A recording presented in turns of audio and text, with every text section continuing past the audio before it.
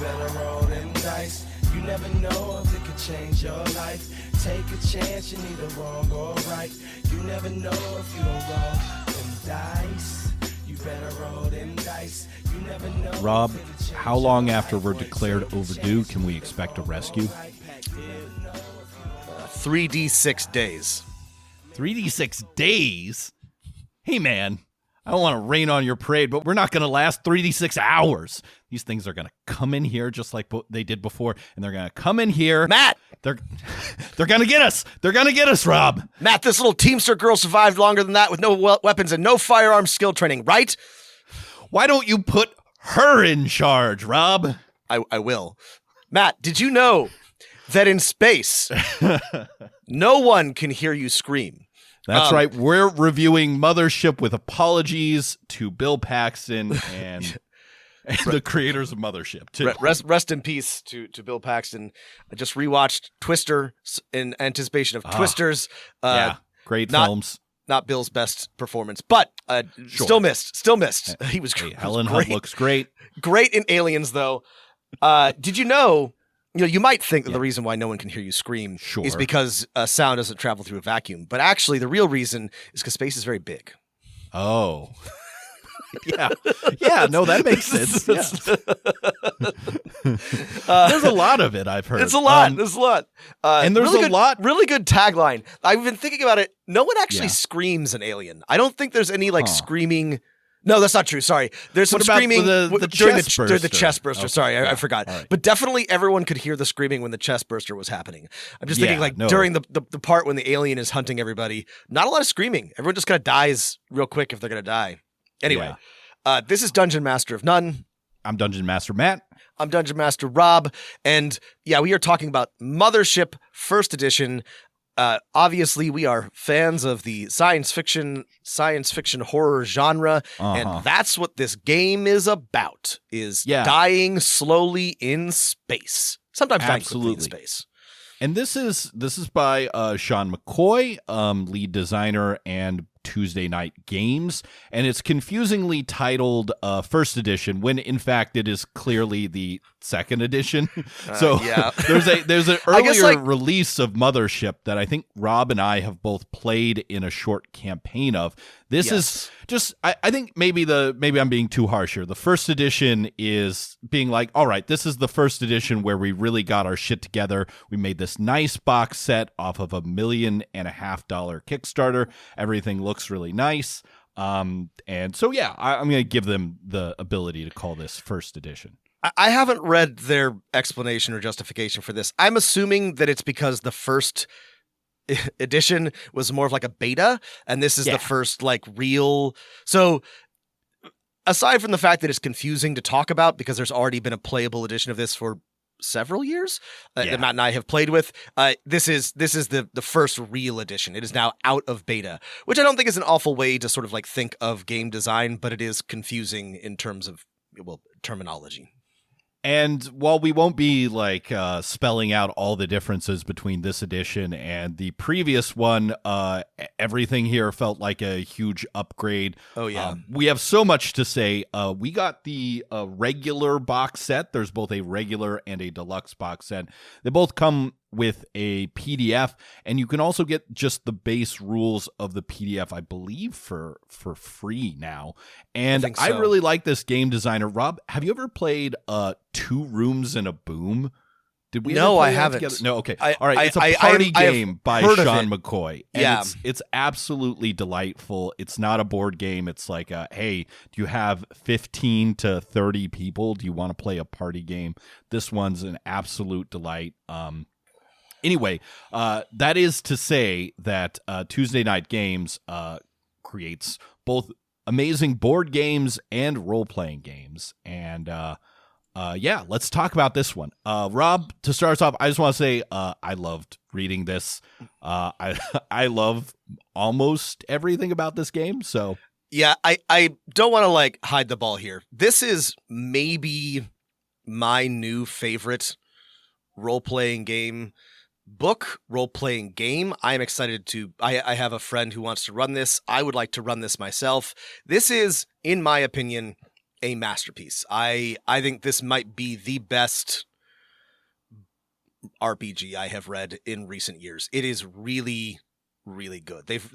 Here's the thing. It speaks directly to the things that I care about and I find fun and I want to see in a book, but I think it's fantastic. Here's my like big take on it is I will probably never run a Mothership campaign. However, I love this so much, not only for its like cool layout and art, an amazing dungeon master advice, which we're gonna get into. I'm going to absolutely run one-shots of this. I run a scary, spooky one-shot every year around Halloween time. It's usually been Call of Cthulhu. It will be Mothership this year.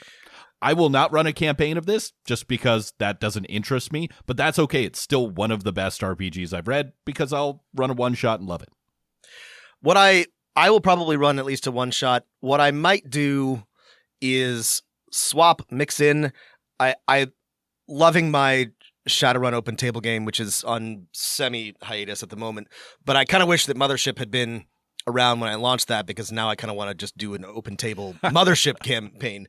But yeah, I'm not sure I want to do an extended campaign of this, but I would love to do sort of, a loose semi-permanent open table, or just a bunch of one-shots, because this would be so easy and fun to run, and there's so many great ideas here. It's super cool. And so to be clear, our experience with this is a detailed reading of the new edition and having been players in a short campaign of the previous edition. RIP to my coffee drinking teamster who tried his very, very best to not get involved with things and still got killed anyway. What Matt kind and of I game both is played this? teamsters who died tragically. We're like, all right, we're showing up late to this campaign, both of us. We're gonna both be the grease monkeys, grease monkeys who do not, because everyone else is like a fancy scientist or an android. We're like, or okay, a marine or an android. We're not going to have any skills. We're going to be trying to stay alive, people. And I think we both. Well, I failed at this.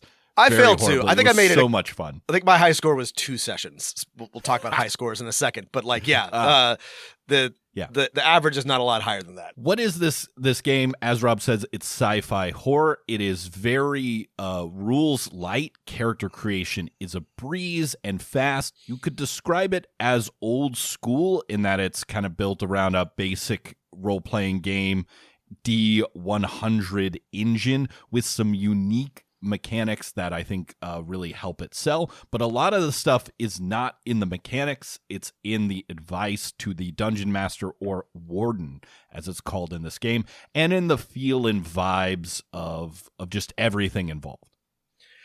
To me, the closest comparison is actually Shadow Dark, which comes from similar design principles, but that doesn't entirely do either game justice. But there are similar design priorities and aesthetics, and they are both crunchy in some ways and very, very loose in others.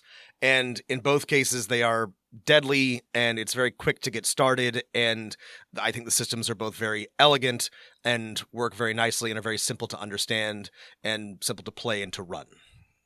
Let's talk about some big picture stuff of the system and what you get. I think my first big picture stuff is that more thought and effort has gone into the layout and design of what you get for your money than any system I've purchased in recent memory. If you buy the $70 or $60 basic box set, not only do you get tokens to play the game, you get a cool mat, a baby DM screen, and of course, the bare minimum for new systems, an excellent starting adventure, which we'll talk about. I'm sure this is great. The layout and what you get is spot on.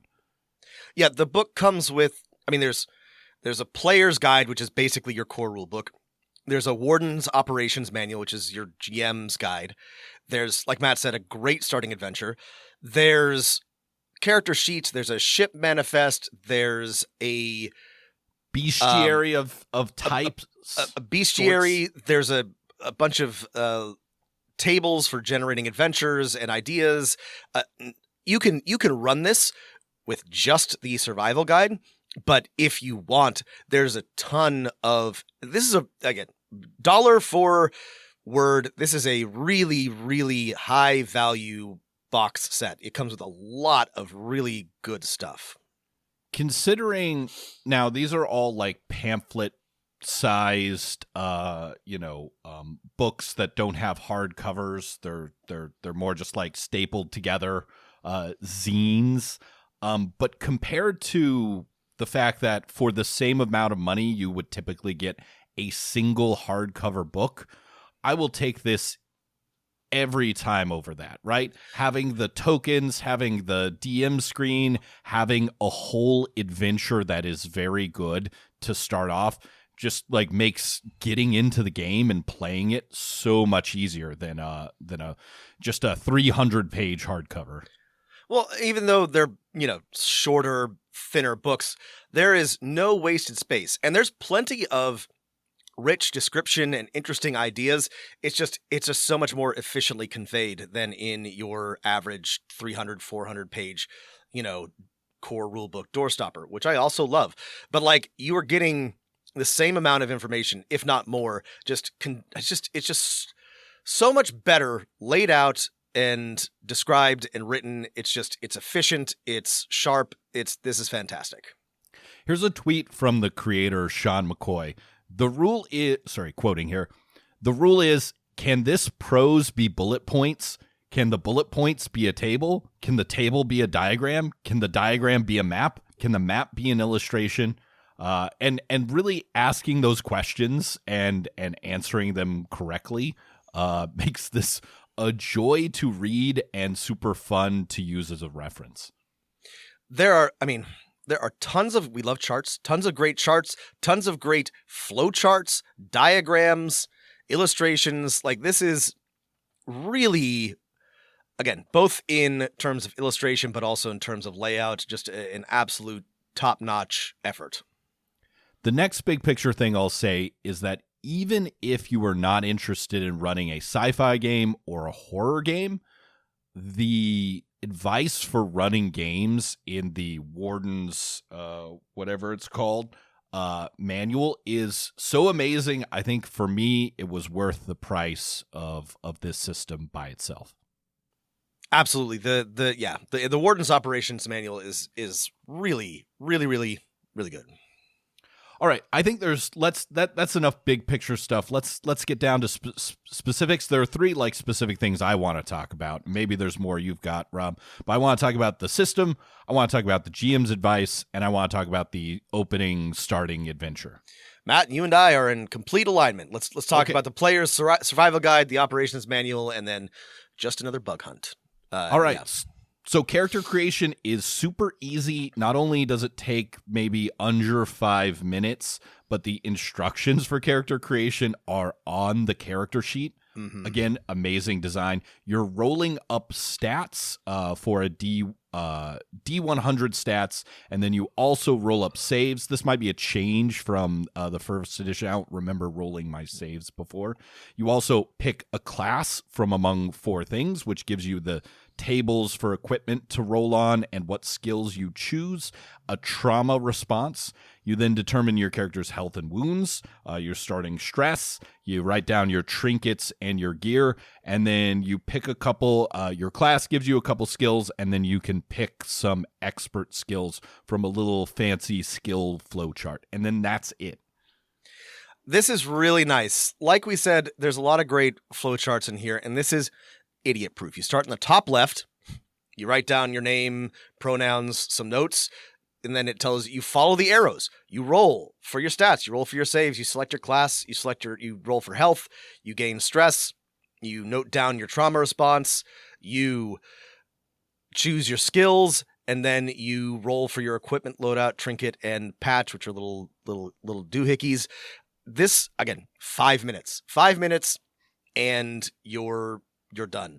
And we've talked before, I don't always love rolling for stats because you can end up with some wide disparities in play or character ability, but like in OSR style games like this or like Shadow Dark, you're not expected to live a very long time, and it's kind of fun if you have weird bad stats. So and it also isn't that big of a deal if like one of your stats is bad.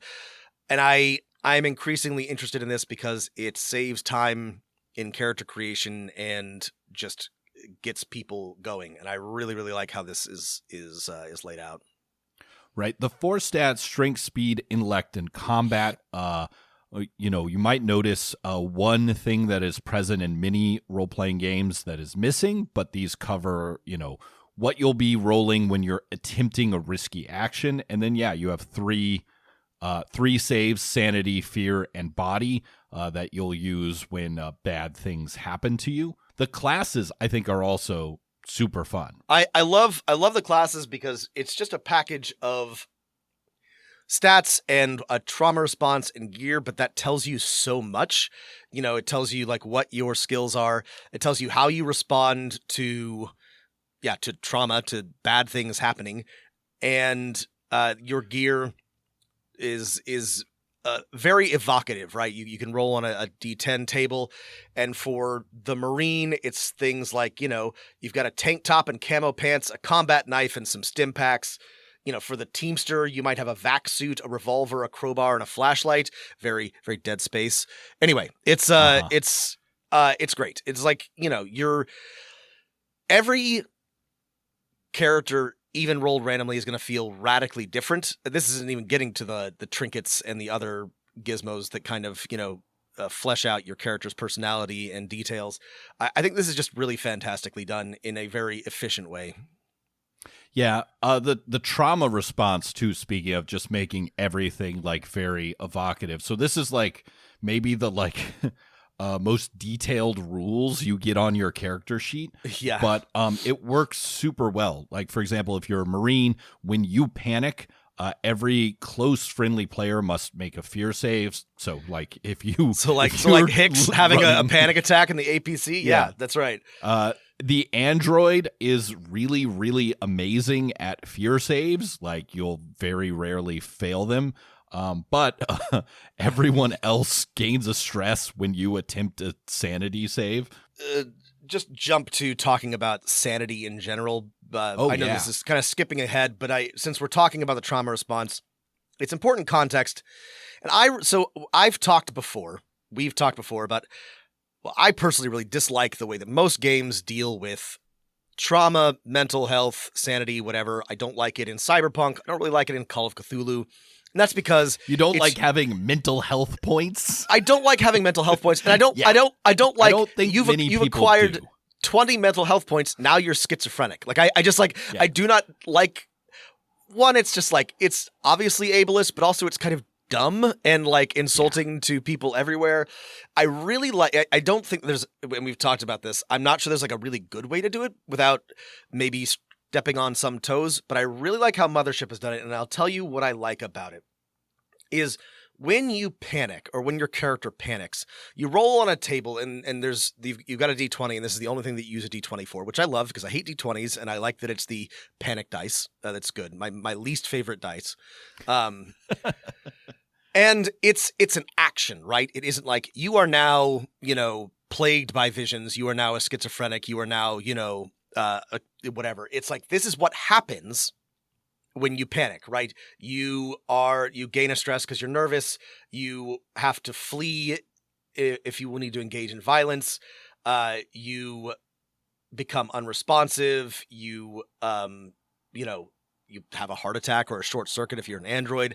I like that it's about like what sort of effect the sanity failure, the panic has on you, rather than you're now 20% more insane. I think it's much better done than other sanity systems. I like the idea broadly of like you're slowly becoming affected by the horrors of space. I think that's a good model, but like I just, the way that other games have done it, I have never really loved, and I really like the way that Mothership does it. Yeah, so mechanically, panic checks, right? Check against your stress level when something really bad happens. The examples given are watching someone die, witnessing other people panic. The ship makes a critical failure. You encounter something strange and horrifying for the first time, or you choose to make it. And how do you gain stress? You normally start at 2 stress. It can go, I think, all the way up to 20. And you gain stress anytime you fail a check. It doesn't have to be a scary sanity or fear check. If you fail to fix something, your stress level goes up. And so basically throughout the entire game, whenever you're attempting something risky and you fail, your stress is going up. However, if you finish the session or the adventure, right, and you can make it back to R&R, your stress, and this is I think the biggest change mechanically from the previous edition, your stress becomes your experience pool, right, that you can use to not increase everything, but increase your saves. So it's showing that your character has grown, right? And so you actually kind of want stress as a player because, this is how you grow. And this is great. It's, again, a little bit like Shadow Dark. You get back and you do a little R&R and you gain experience. But in this case, like Matt said, it's really cool because it encourages you to push the limits of your character to do challenging things. Not so much that you're going super high on stress. The maximum you could have is 20 and you start at 2, but you want to be challenging yourself and taking risky rolls. And this is a good time, I think, to talk about the system, which Matt and I have talked recently about dice. And this is one of the most, in my opinion, elegant, delightful, pleasing systems. It is a D100, right? Mm-hmm. So your stats are 2d10 plus 25, so they're gonna average 35 or so, between 30 and 40, and it's basically roll a D100, roll under, right? So at base, you are gonna fail more often than not. You'll get bonuses to skills and to stats based on your class and based on your training, which can get you closer to and above 50 or 60 to make it a little bit more likely, and you can get advantage and disadvantage. And there's one again, just a little tiny thing, critical. You can critically succeed and critically fail if you get doubles on the dice. So if it's above and you've got doubles, that's a critical failure. If it's below and you've got doubles, that's a critical success. I think this is really nice. I think this is really, really fun, easy to understand, easy to know if you've succeeded or failed. It's great. And I think one thing that's different about this advantage mechanic than other D100s, if I'm reading the rules right, the advantage is just you roll the dice twice. It's not like you're re-rolling one of the dice, mm-hmm. which I think is much easier for players to remember and to use. I really, really like that advantage-disadvantage mechanic. Also, while your base chances of success, right, you're probably going to have somewhere between 30 and 45 in your stats. You're going to boost those stats boost one of those stats based on your class, or all of them if you're a teamster. Plus, skills can give you somewhere between a 10 and 20 point bonus to specific types of rolls if that skill applies. I think this is a great system for in a horror kind of sci-fi game. You want checks to be kind of hard. You want lots of interesting failures to happen. But when you have that advantage mechanic, right, when you want to make it much easier for players to succeed, you can throw that in there. Yeah, you'll most likely be pretty good at a couple of things and okay at a few things and below average at the rest. But if you're playing to your character's strengths, you won't feel useless, but it is always going to be a little bit nerve-wracking to make a check. And we'll talk about how the game tells you as the GM to deal with that. But also failure is fun, and so is horrible death in space. So it's okay. And like we said, gaining stress is not great, but if you survive, that becomes your character growth. So that's, it to me, some of this is new from when Matt and I played, but I like this, and it would encourage me to play the game and take risks and have fun with it. And then we should also mention that the violent encounter system, aka the combat system, is incredibly deadly, right? You have a health pool and wounds. When you lose all your health pool, you take a wound, and then you continue losing that health pool until you reach that number again. You take another wound. Wounds are very bad. Losing all your wounds means you are likely to be dead. The weapons and the monsters. 2 wounds to start for the most part. Unless you're a Marine, I think you get 3, right? Yeah, but maybe an android too. Oh, sorry, Something that's like right. that. I'm sorry. Both the android and the Marine get 1 extra wound. So, but still, that's boy. That's your starting health is likely to be in the 10 to 20 range, and a lot of the enemies are putting up numbers like 4d10 damage. Yeah. Like the first ones that you encounter. So if you're smart, if your players are smart, they're going to know they don't want to get attacked by anything, and they'll manage that. But like, if anything goes wrong in a combat encounter, there's a very good chance that your players will immediately receive a wound and or die. And that's by design, Or just roll a gunshot wound, internal bleeding +2, so you're taking more damage. Right. Yeah, death is violence is bad, right? Yes, you want to avoid violence. Yeah, and I love how the death rolls work. The death rolls I'll so just much quote fun. here. Yeah. If your death seems imminent, make your last moments count, save someone's life, etc., solve an important mystery, give others time to escape. When you die, the warden makes a death save by placing a D10 in a cup, shaking the cup, and placing it face down on the table, covering the die. As soon as someone spends a turn checking your vitals, the die is revealed, and the roll is looked up on the table below, which is you might be unconscious, you're unconscious and dying, you're comatose, you have died. Half chance that you have just 50% chance of just straight up dying. I like this a lot. It reminds me of Daggerheart. Remember how Daggerheart had that pretty here's what you do when you die, designed to give your players some exciting final moments. I think this is a really good way of handling character death or the risk of character death, and I think it's really well done. There's so many cool things for building your character and explaining the rules in the player's handbook. As one thing we skipped over is the trinkets table. I rolled earlier, which is my Teamster has a coffee cup chip that reads "Happiness is mandatory," and yes, a patch that says "All out of fucks to give." So these are delightful. There's not a lot about creating like a character backstory or a name table. That's kind of something that I think you're assumed to help develop over time or create together as you're sitting around making characters, right? The warden or the DM kind of needs to give everyone, hey, you're the crew of the ship. Hey, you're a team of mercenaries. Hey, you're a recovery team. Oh, you're working for the Corp X doing this, which is why, in my opinion, this is a game that is really great for a very short campaign or a one-shot. It's like, yeah, who's Ripley and this crew? It doesn't. They work on the ship. You'll figure it out. On the ship, figure it out. I really like this, and like I said, the campaign that Matt and I played in, I wanted to be a Teamster. That was fun. I expected to die, and I did. For my next one, I think I might just roll entirely randomly and see what comes up, because I think that's part of the fun of it.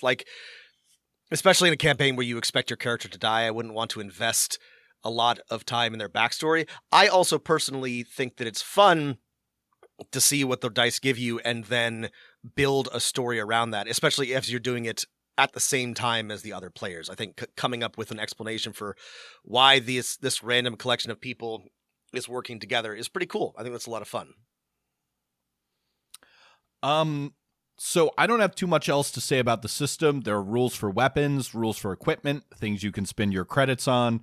You can spend your credits on skill training if you're playing like a longer campaign. Rules on recovery, rules on medical care, all that kind of stuff. But yeah, I think I'm ready to talk about some of the game running advice here. Yeah, I think so too. Lots of great charts. Lots of everything that you need is here. There's a great sidebar on how to be a great player, which I really like. is something that, we have discussed, I think is, maybe more advice for players. But this is a tight, really well written, interesting book. There's a little bit about sanity, a little bit about the environment. Oh, I like these. Sorry, I want to talk very briefly about the rules for contractors, Matt. I think that okay, sure, the contractors are cool. They're basically like hireable NPCs. They work very much like a regular character, but they have even more streamlined stats. I like this because you can hire on a couple of these, and if one of your players dies, like in the middle of the campaign, they can just take over a contractor. And I also think having a few of these around to fill in after a player dies or if a new player joins is kind of a neat idea. I think it's a well designed sort of additional system. Anyway, contractors neat. Yeah, no, it's perfect. You definitely need to have some other characters ready to go, and this is why character creation taking 5 minutes is super important, because characters will die frequently. Unlike most other role-playing games I have ever read, I've read a lot of role-playing games. I feel like I know how to create a Mothership adventure better than like creating an adventure for any other systems. And I haven't even done it yet.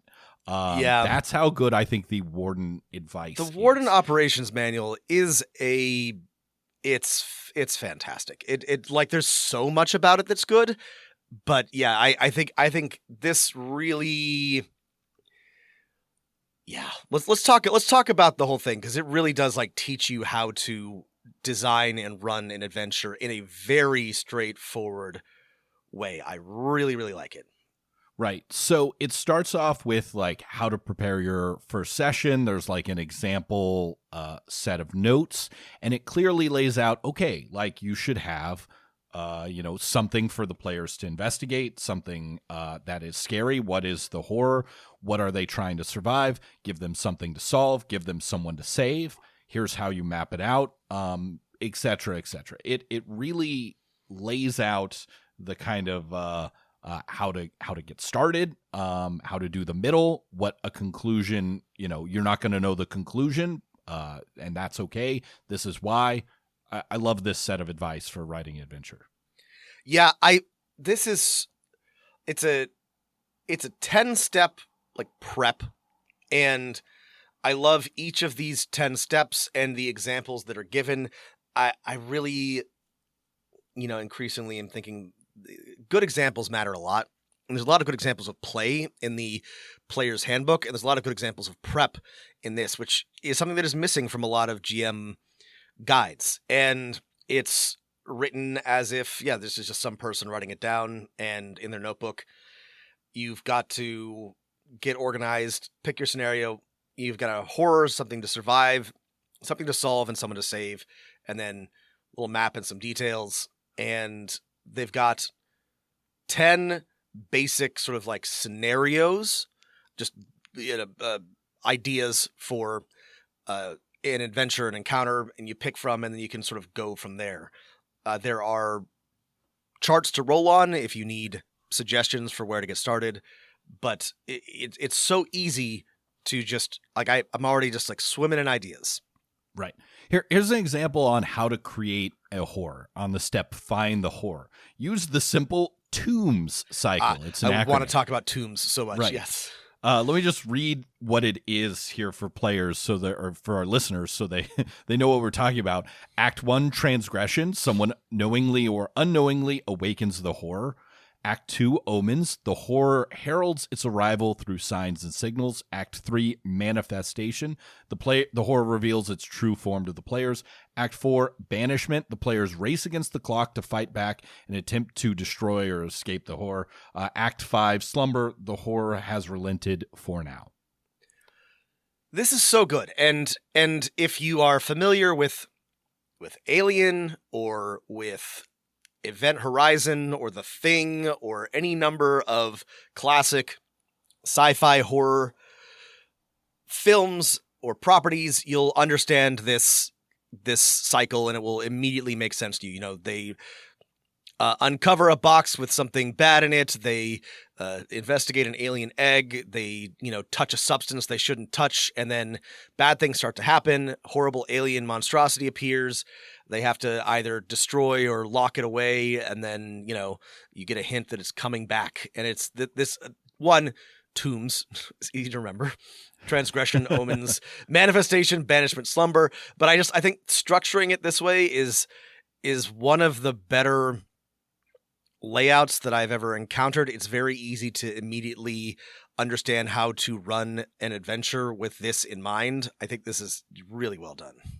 Right. You have to have, you can't have something scary if you don't have omens, right? If you don't have all the clues that are telling players something's happening, right? Yeah. And something's coming. That's the, right. Yeah. That's like, again, we've talked about this before. No one's actually, or very few people are actually scared during a horror game, but you're recreating that idea of a scary movie or book. And all of those things have, hey, that's a weird thing that's happening. That's pretty ominous. That's an ominous omen. Okay, what next? You've got your horror set up, and then I really like that the way that they have laid this out. You have something that your players need to survive, something that they need to solve, and then something that they need to save. Right? This is a great setup for any adventure, but especially for this type of adventure, right? So the thing that they have to survive is obviously the horror, but also maybe it's, actual combat, or it's environmental hazards like radiation or zero-G or spores or something like that. Or it could even be social pressures. Like let's think about Alien, which is a masterpiece of a movie and also like a great model for this, right?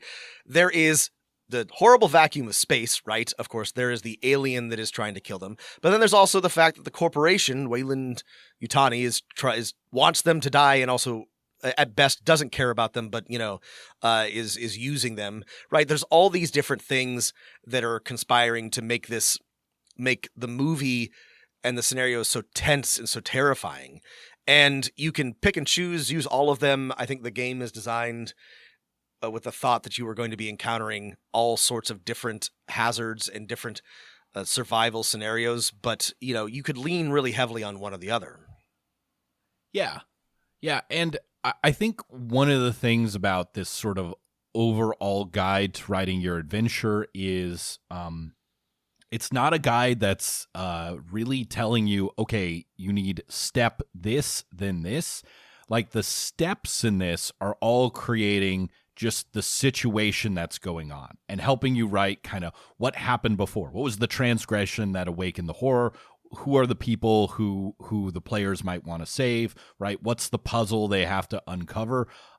It's really trying to help you write that kind of open-ended scenario that is both scary and weird, both the horror and sci-fi part. That's not a linear adventure, right? That hey, you create this map, the players can go anywhere. Let's play to see what happens, right? Yeah, like the something to solve section that is it's got a flowchart, but it's a very simple flowchart, right? It's like mysteries, the questions like what happened here, what do we do? Puzzles, which is basically just an obstacle, like either it's, a locked door or it could be a literal like puzzle or cipher.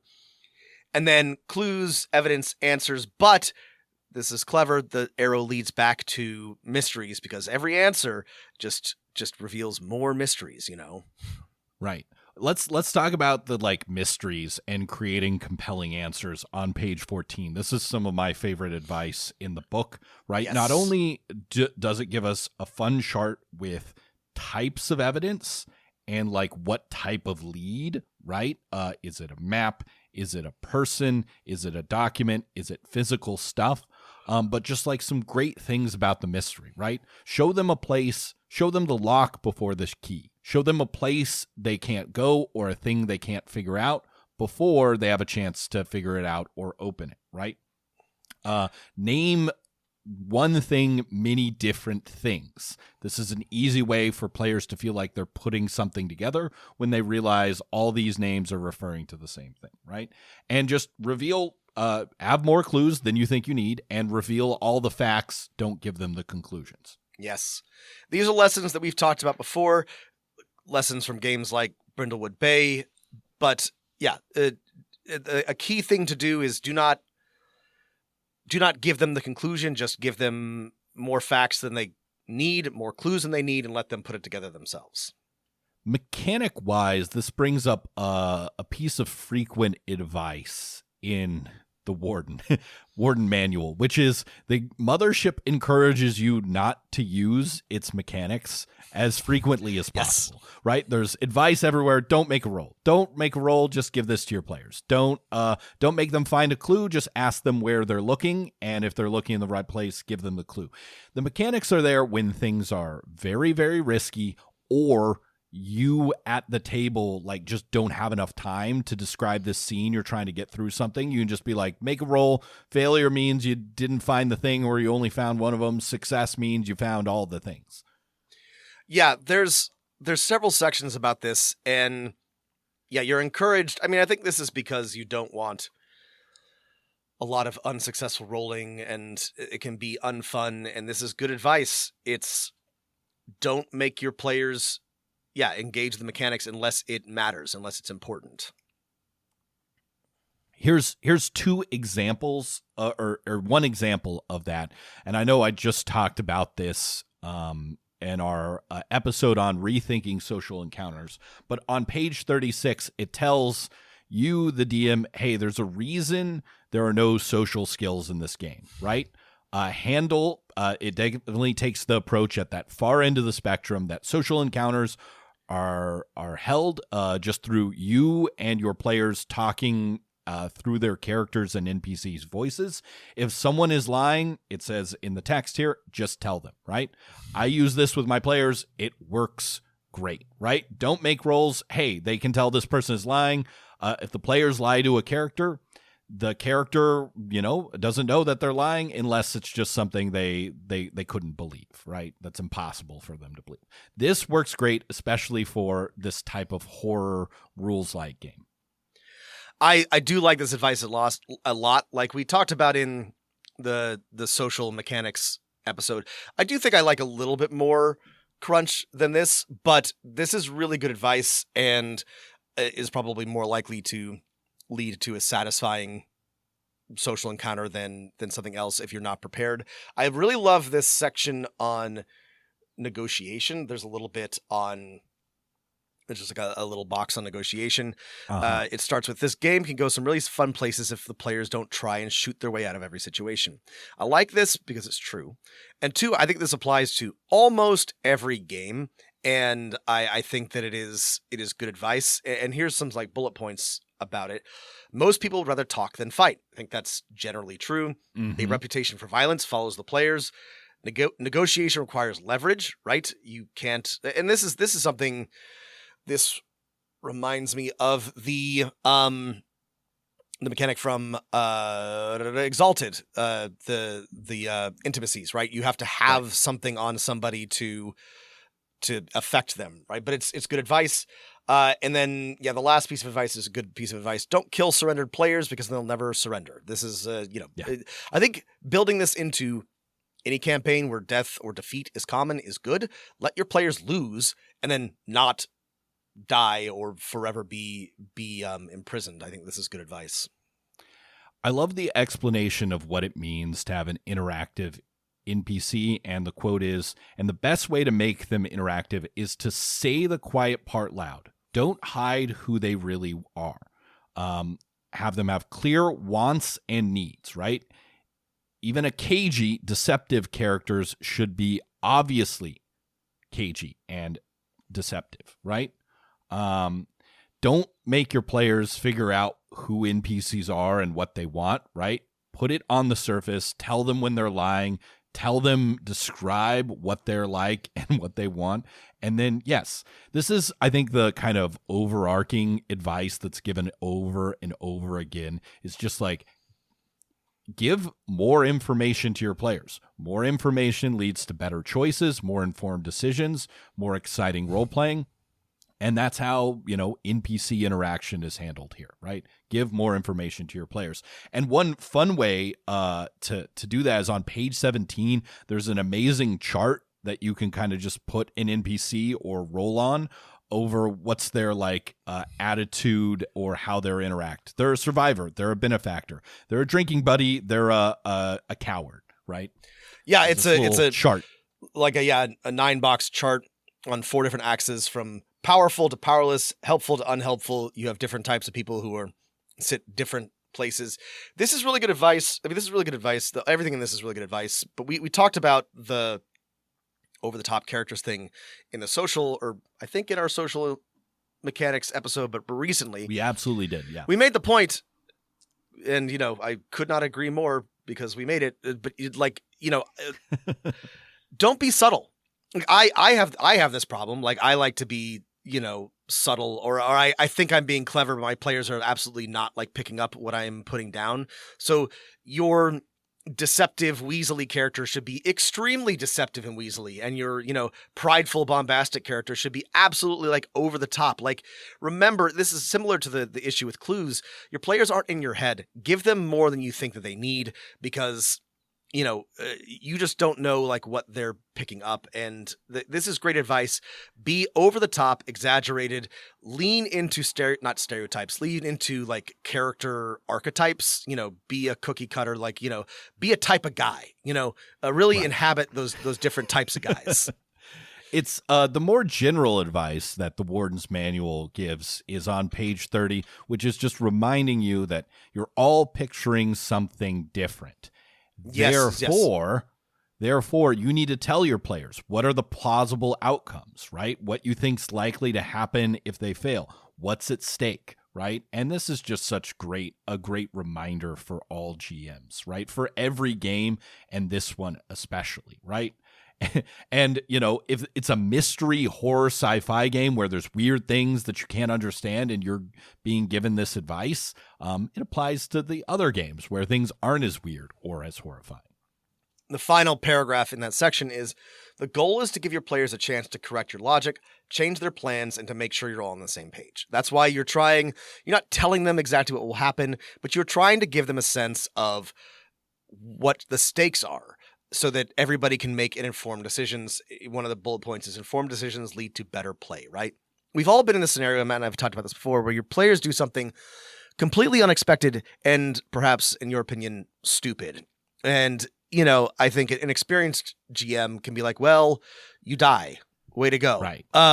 And sometimes you open the door, space comes in, the monsters come in, you're all eaten. Okay. I have, on at least one occasion, just had to kill a player who was not paying attention to the what I thought were very obvious clues, but you really want to avoid that, right? And sometimes characters want to do the stupid thing, right? Yes. Occasionally, but often it's because they're picturing something different in their head. Right. The thing you want to avoid is a player saying, well, I didn't know that would happen. I wouldn't have done that. That's what you can't avoid that all of the time, but that's the advice in here is about that, and it's really good advice for how to avoid having that happen. So one thing I think my final point on the Warden's Manual is that most games, right, even games like Shadow Dark or something, will be like, hey, make a map of your dungeon. This has no wasted words here on how to create a map, how to key that map, how to treat the different doors and passageways and areas on your map, right? How to incorporate the, something to survive, solve, save, and your tombs of horror into that. Very rarely have I read a role-playing game which has fewer wasted words. Yep. There's also great tips for teaching the game. The last running thing that things in general I'd like to mention is that there's, and we don't have to go into it too much, but there's a really good section on what is a house rule. And there are 3 divisions, which I really like. There's interpretive rulings. So these are judgments about what would happen, giving the details at your disposal. This is things like if your players just barely fail. Like maybe you give it to them, but they take some stress. Generally, I complain about this because I think it opens up some potential problems for you as the GM and makes your job harder. If the system's designed well, like in Mothership, I think it's nice and good, but these are things that we do all the time. I do this all the time in D&D, even though it's explicitly against the rules. There's procedural rulings, which are when to use, one rule or another. These are rules lawyer rulings.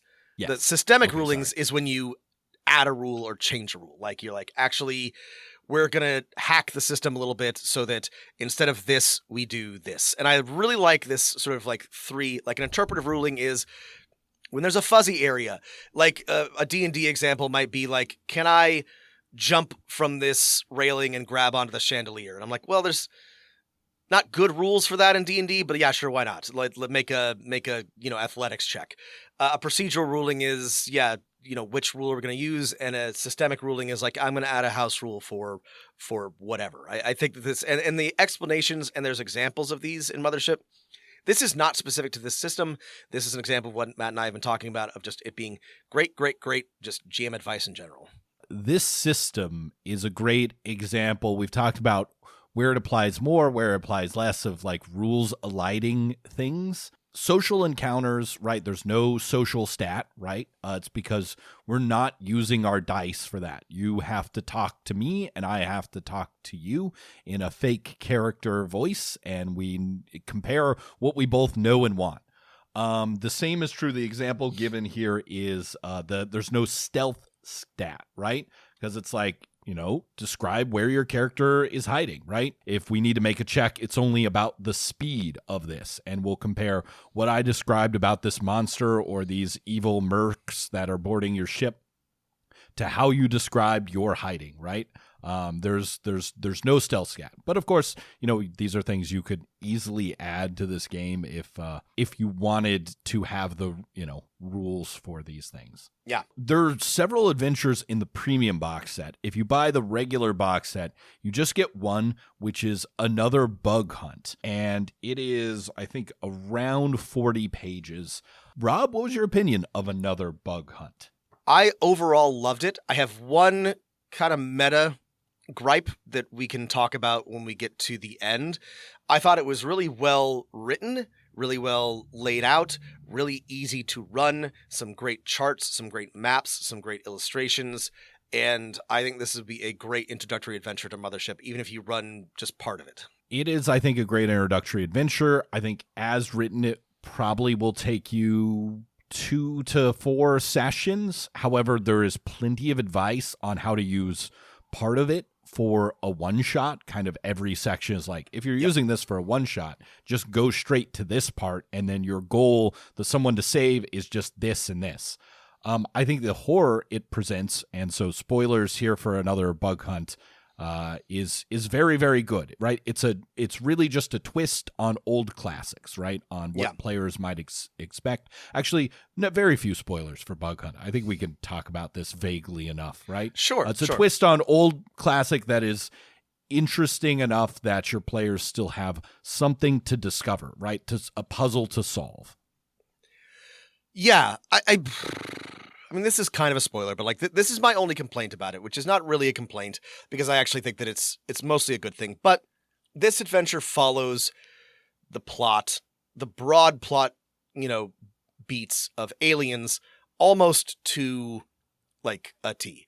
It is, your players are going to realize like what's happening and what they're playing pretty quickly. Again, some of the details are different in an interesting way. And I think it would still be fun to play, but like the specific things that happen and challenges that arise are basically what happens in the movie Aliens, combined with some stuff from the movie Alien. Down to some mishmash of those two things. Yeah, some specific like character actions and motivations. All of that being said, I actually think that's kind of fun. I think that it's well done. It is, your players will either love this or they'll be like, this is just Aliens with the serial numbers filed off. So that's like, I think this is intentional. I mean, I know this is intentional. I can see this maybe being like I don't know, a potential issue. That was my only complaint about Another Bug Hunt. Right. I guess I have to agree here. If you compare the sort of antagonistic horror of Another Bug Hunt to the list of horrors in the unconfirmed contact reports, it's by far the one that I feel like just through, maybe not the weirdest one, but the one through media that is like most familiar to the majority of people. Because the horrors in unconfirmed contact reports are super weird. Some of them are real weird, interesting, which is very cool. I mean, yeah, they have, ancient, like, yeah, the unconfirmed contact reports has all kinds of like crazy wild stuff in it. Like space dragons and space angels and the root language, mimetic viruses and shit. It's good. Oh yeah. The mimetic viruses. The root language was my favorite. There's like a weird alien Cthulhu serial killer, the engineer. The monolith is great, and a twist on what if the monolith was even more scary. My favorite was the vitalizing field, a weird energy thing. It reminds me that if you're like doing this as a one shot, I would always tell any scientist characters and android characters what are the specific science skills that are most useful here, right? Like if you have a weird horror that's like a quantum energy field, let your scientist have the skill that relates to that one and not xenobiology or whatever. Yeah, that's a great point. Like if you got a scientist, let them know what science that they're going to use, because if they're a xenobiologist and there are no aliens in this adventure, then that's going to be very upsetting for them. Right. So if it's a one shot, one shot. So yeah, I would say Rob is absolutely right. Another Bug Hunt is a little cliche. I do feel like it is easy to run because you've, kind of got like 3 distinct areas. All the maps are very good. All the NPCs are over the top. If you've never run a old school style horror game, I think, this problem becomes a benefit if your players have never played in one. Yeah. If you've probably played a lot of Call of Cthulhu and Traveler or whatever, and you're looking for something really different, I would say there are a ton of published adventures for Mothership, both that you can buy in the premium box. You can buy them on their own. There's a lot of third-party ones people have published. This is really good. It's great. It's just it's going to be familiar to certain types of people, but on the other hand, it's really well written and really interesting. And I would still play it and have fun. But if you're trying to innovate, this is not really the place to start. But there's like Matt said, there's tons of other adventures. There's tons in the unconfirmed contact reports. You could change. There's a couple of things you could change about Another Bug Hunt. Specifically, I think the antagonist and their motivations that would add enough of a twist to make it not just aliens, and then you'd have like an awesome adventure to work with.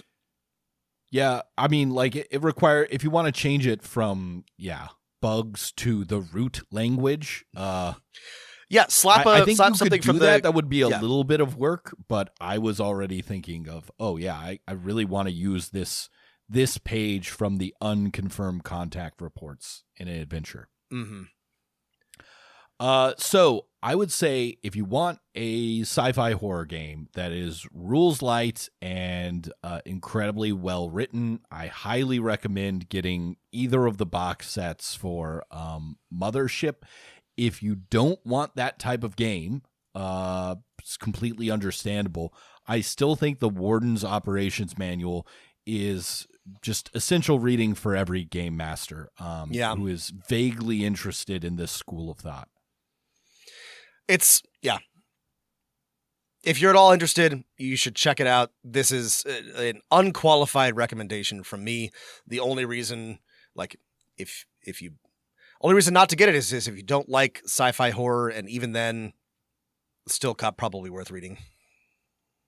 Yeah. If you would like to have us do more Mothership, review in more depth some of the other Mothership adventures, that's something I would love to do. Send us an email at dmofnone@gmail.com. Or if you have any other questions or suggestions, that's where you can find us. And if you like listening to us and want more, be sure to check out our Patreon at patreon.com/dungeonmasterofnone.